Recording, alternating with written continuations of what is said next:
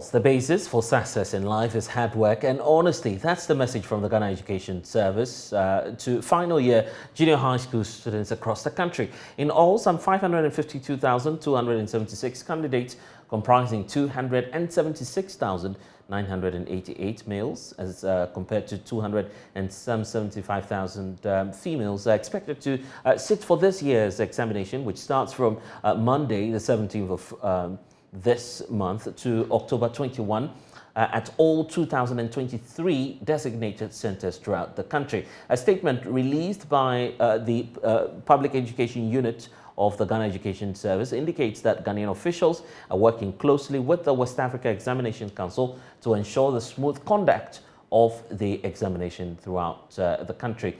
Let me bring you excerpts of that statement released by the Ghana Education Service. It reads now that the management of the Ghana Education Service, GES, wishes to remind the general public, particularly candidates, parents, teachers, the heads of basic schools, directors of education, that the Basic Education Certificate examination for 2022 will be written from Monday the 17th to Friday the 21st of October 2022, and all of the 2023 designated centers throughout the country. Now, for this year, we have 552,276 candidates, comprising 276,988 males, as compared to 275,288 females, which are expected who are expected to sit for the examination. Now, all candidates and stakeholders are assured that management has worked very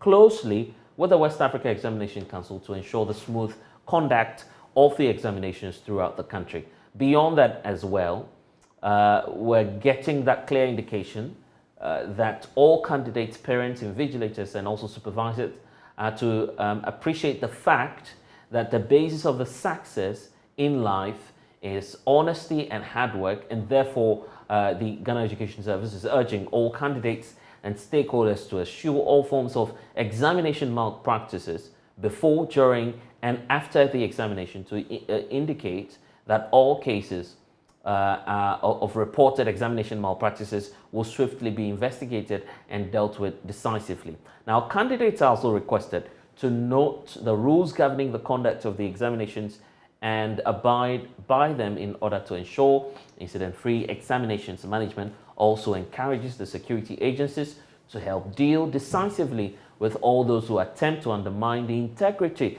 of the exercise and to jeopardize the future of the candidates. And management is wishing all candidates good luck. So let's bring through now Yao Poku-Mensah, who's a deputy spokesperson for the Ministry of Education. Yao, you're joining us at the time where, of course, we're getting indications that another portal will be opened by the end of this month for candidates to apply for their placement. But let's start off with the candidates going into the exercise, over 500,000 of them. The expectation is when we have all of these people coming through, they are heading straight into the various senior high schools. How prepared are you for them, knowing that potentially we may be having 500,000 people more to benefit from government's free senior high school policy? Good afternoon to yourself and to our lovely viewers. The Ministry of Education and its agencies, i.e. the Ghana Education Service and that of Ghana TVET Service, we've fully and adequately prepared for this crop of future leaders, and the onus lie on the state, especially at our outfit, to ensure that we do create that conducive environment to ensure that they have a better and a bright future ahead of them. The numerous schools that has been established, those that have been upgraded, the numerous infrastructure that the outfit has added on to it, the model schools that are coming up are all for their benefit. And it's well and good that as they face their first summative assessment test, we expect that their strength and what they've gone through, at the end of the day, they sit at the examination hall and pour their heart out. And at the end of the day, have the opportunity to further their education in the TVET space or in the grammar school space. So we are fully prepared for them, and we know that they wouldn't disappoint us. And we are ready, or will be willing to receive them so that they can continue their academic journey. And then I see that the Ghana Education Service, and by extension your ministry, is concerned about examination malpractices. You're asking the candidates to be hardworking and to be honest going into the examinations. What do you suspect, by the way? We don't suspect anything, but we need to encourage ourselves. We need to remind ourselves of what the stakes are and the opportunities ahead of us. We know people probably want to bring out certain items that will distract the learners, distracting them from their books and preparing adequately for the exam. And naturally, natural instinct, nobody wants to sit for an exam. And therefore, if you hear of something which is coming up somewhere, you want to rush and go there to get it. But we need to be cautious, and we need to remind ourselves that it is based on your strength, your preparation. How prepared are you for the exam at the end of the day? That is what will give you the results, and that is what will give you what you're looking for. And therefore, it's advisable and it's well and good that we do tell the good people of Ghana, especially the candidates and their parents, to desist from any form of examination malpractice that can jeopardize their future. You go with them on your own merit, sit, write the exams, and at the end of the day, glory shall shine in your face and have the success story that you want to write.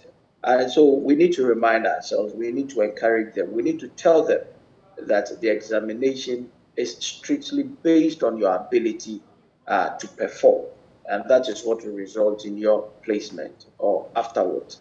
And therefore, it's proper that we use your medium as well as other mediums to tell the good people of Ghana that we need to stick to the structure. Yeah, and this anxiety, whole anxiety around the BECE, perhaps maybe, as you're pointing to, the cause for some candidates seeking out for external help and engaging by extension in malpractices. However, there are reports, for instance, from the Africa Education Watch pointing to how sometimes the system appears to be compromised even by the schools and the heads that desire to get questions for candidates.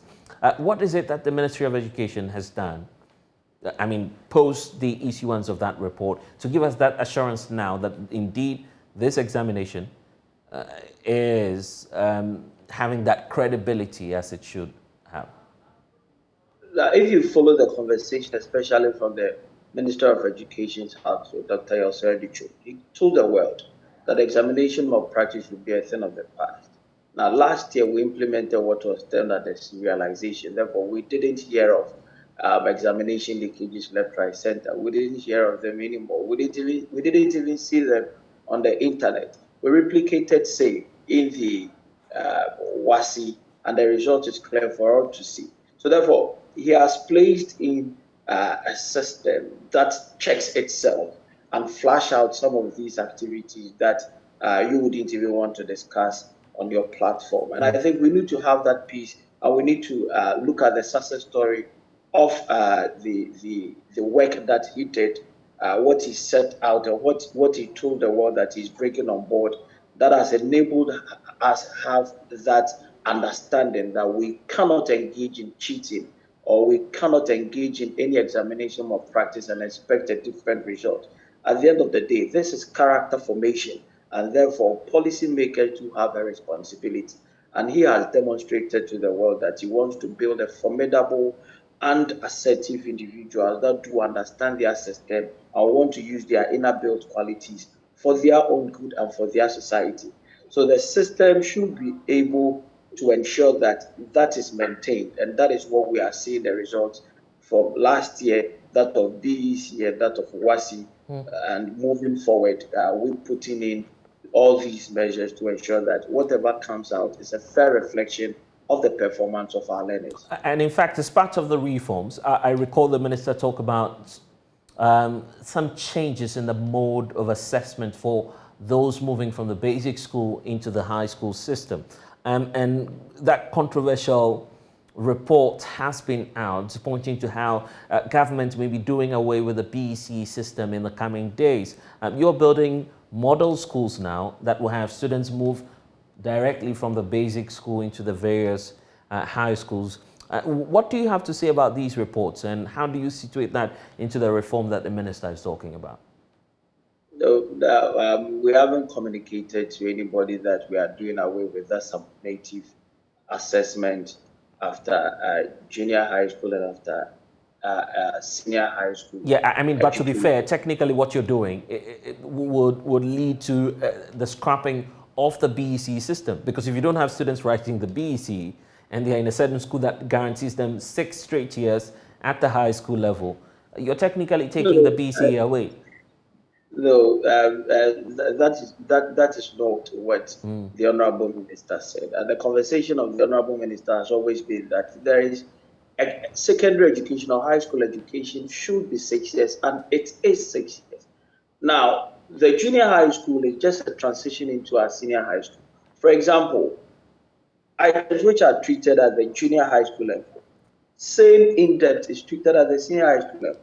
If I'm studying osmosis at the junior high school level, the same definition which is given out and the same experiment. But when I go at the senior high school level, I delve deep into the subject proper. So if you don't give that fundamental basis where the learner can transition smoothly upwards, it becomes a challenge. And therefore, I think we need to add our voices to the chorus that he sings and ensure that we do have that 6 years of 6 years of secondary education. But you're not even opening up on that policy perspective of the minister. When the minister says, high school should be 6 years, what does that technically mean to you? Because what we know is that in junior high school 3, you're taking the BECE, but making that 6 years straight will bring about some changes. The junior high school is or should be part of the senior high school. So that is why I was giving you an example of what is learned and what is learned there. So therefore, it is a transition to the higher grade.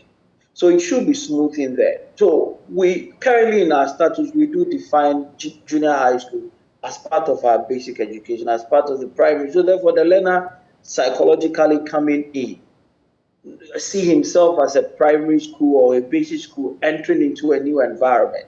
And therefore, it becomes a challenge to the teacher within the first year to prepare the learner to adapt into the new system that he finds himself.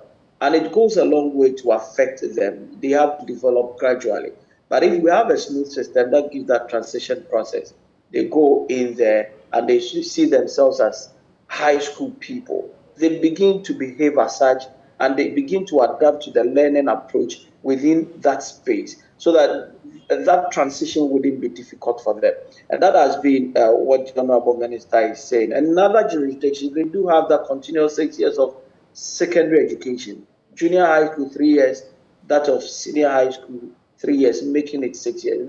It's not as if we are doing away with a certain summative evaluation assessment. Yes. Okay. So let's get to it. The fine details may not have been out by now, but if you take a look at what it is that the minister is saying, what will then happen to the BECE system? Are you able to guarantee that next year by this time we'll still have candidates for the BECE? Are you able to guarantee that? Yeah. Once there will be that transition from the junior to the senior, you still want to look at a certain summative evaluation assessment. That's my point. You're using summative assessment. That's not the same as BECE, and a lot of experts are getting worried about this. Yes, you're not clear. The minister is not clear, and the ministry is also not clear on whether or not the next year it will be guaranteed that we'll still have the BECE going on. No. What is summative assessment test? It could be generic. It may not necessarily be the BECE system. That is BECE for you. It's a basic examination test. That is the technical word I'm using. So once it is there, and if you read the pre-tertiary assessment framework, and it spells out what BECE means, what WASI means, at what level should that be conducted, and other summative assessment tests at the national level. So therefore, I don't know where we are getting that from. We Yeah, are but doing I away think you're with being something. you're being smart with the words here. Let me reframe my question. Will the Ministry of Education still work with the West Africa Examination Council to organize BECE for candidates by next year? I guess that question is much more clearer now. No, the ministry has not communicated to anybody that wouldn't work with the West African Examination Council on our summative assessment test. That is what we are doing, and that is basically what is happening now. So I don't know why we want to make an inference as to meaning that we are doing away with something or bringing another thing. That is not the case. But we still insist, and in the voice of the Honorable Minister for Education, Dr. Dichum, what is important is that we do have that 6 years of secondary education to prepare adequately our learners for their higher education and for the world of work, i.e. choosing that of grammar and that of the I mean, judging from the trajectory of this government, and by extension, I'm referring to the NPP government. You've introduced a 4-year system before. That was done by another administration. But then we saw the reversal, and then there is that back and forth about what exactly we need to do with our senior high school system. We don't have centrality in terms of policy. So changing this to 6 years again will create some problems for our education system, not so? No. The reversal back to 3 years was just a political decision. And the result of the 4 years is therefore all to see. And again, within that space, I went to junior high school for 3 years. So why do we think that we have that secondary attached to the junior high school? That is the smooth transition must occur. And junior high school should operate within the space of a secondary school. Our junior high schools currently do not even have the science lab. They don't have the libraries. That signifies that it's a high school or it's a secondary school. So we need to put all these in place. That is why, in the vision of the Honorable Minister, we are now setting up some of these schools that do have these facilities in there to give proper meaning to secondary education. And if you go to Ejoso within the Ashanti region, Abenase and Onye space there, you will see the building progressing steadily. You go to Jaben, you will see SAY. So it is not just by word of mouth. We need to ensure that we do have proper secondary education, which is 6 years, that of 3 years for junior high school, that of 3 years for senior high school. And the items of the facilities that we see in senior high schools should also be seen in the junior high school space, so that preparation and that transition, just for example, the osmosis that I cited, we only do it either on the chalkboard or on the marker board for the learners to see, or the labs to experiment that for a better understanding. And that is what the Honorable Minister has been preaching. He wants to add the facilities, and he's adding those facilities to it to give that true meaning of a secondary education. I think in the coming days, we'll see it for ourselves when these facilities are ready, and it must be done. And that is why he is doing it. And we don't have the basis to complain that there are no resources to do that.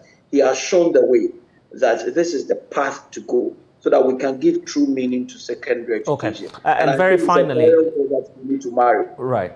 And very finally, you've also issued a statement on the second leg of the conversation, which has got to do with placements. It's computerized, but yet you're asking parents to go through a few guidelines by the end of this month as you put out that, as you release or open the portal for the computerized placement. What is it that parents, guardians, and also school authorities would have to know about the placement that you're about to open at the end of this month? Yeah, what we are putting out is to simplify the process, to give a better understanding to everybody who finds him or herself within that space, so that the challenges that normally do comes with it will be minimized.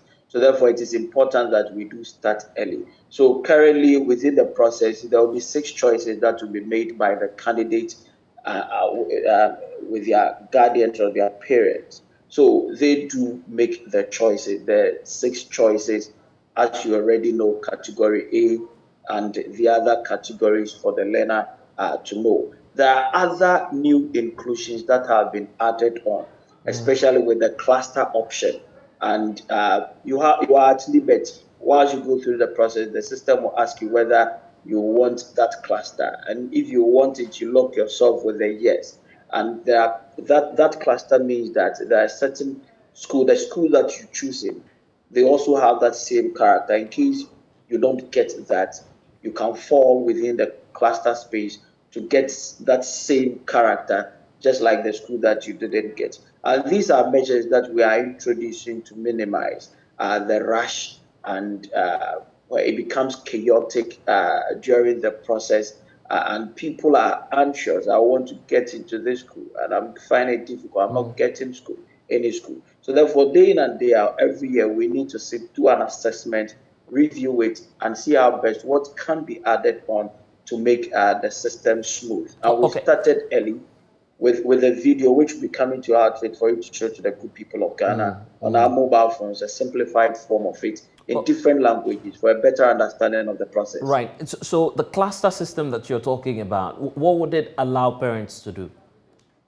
So the cluster system that I referred to, there are schools that have been grouped into clusters, and the cluster affords the candidates to choose. For example, let's say I choose Every Girls. There are schools with same qualities and character, just like Every Girls, which have been put together and termed as cluster. So in case I don't get the Every Girls that I chose, then I fall onto my cluster. That is why it will ask you the cluster option, a yes or no. Do you want a cluster in case you don't get this, that you fall on it, a yes or no? And the choice will be yours to make, whether if you want it, then you click on yes and then it locks in there. If you don't want it, then you click on no. So that is how the system will look like, so that we can have a simplified and an easy placement for our candidates. Anyway, we'll have to leave it here. Yao Pokumensa, Deputy Spokesperson for the Ministry of Education. Thank you for your time. Well, still to come here on the Pulse, we're asking that question: what's your source of protein? Eggs for a better life. That's the focus for this year's World Egg Day. We'll tell you all about it when we get back from this break. Please stay.